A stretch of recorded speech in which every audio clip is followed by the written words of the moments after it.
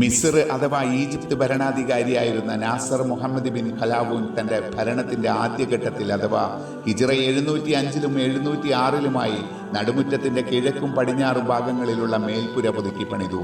അദ്ദേഹത്തിൻ്റെ കാലത്ത് തന്നെയാണ് ഉസ്തുവാനത്തുൽ വുഹൂദ് എന്ന തൂണിനു വടക്ക് വശം 2 ഇടനാഴികകൾക്ക് മീതെ മച്ച് നിർമ്മിച്ചത്. പിന്നീട് അഷ്റഫ് കായിതബായിയുടെ കാലത്തും നിരവധി നിർമ്മാണങ്ങൾ നടന്നു.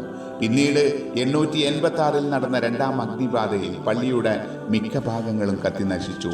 അഗ്നിബാധയുടെ വിവരമറിഞ്ഞ കായിതബായി രാജാവ് മക്കയിൽ നടന്നുകൊണ്ടിരുന്ന ചില കെട്ടിട നിർമ്മാണ ജോലികൾ നിർത്തിവെച്ച് മസ്ജിദ് നബവിയുടെ പുനർനിർമ്മാണത്തിൽ ശ്രദ്ധ കേന്ദ്രീകരിച്ചു.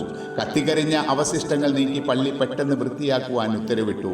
100 കണക്കിന് വിവിധ വിദഗ്ധ തൊഴിലാളികളും വേണ്ട ഉപകരണങ്ങളും നിർമ്മാണ വസ്തുക്കളും ഒട്ടകം, കഴുത തുടങ്ങിയ വാഹനങ്ങളും ധനവും നിരന്തരം മദീനയിലേക്ക് പ്രവഹിച്ചു.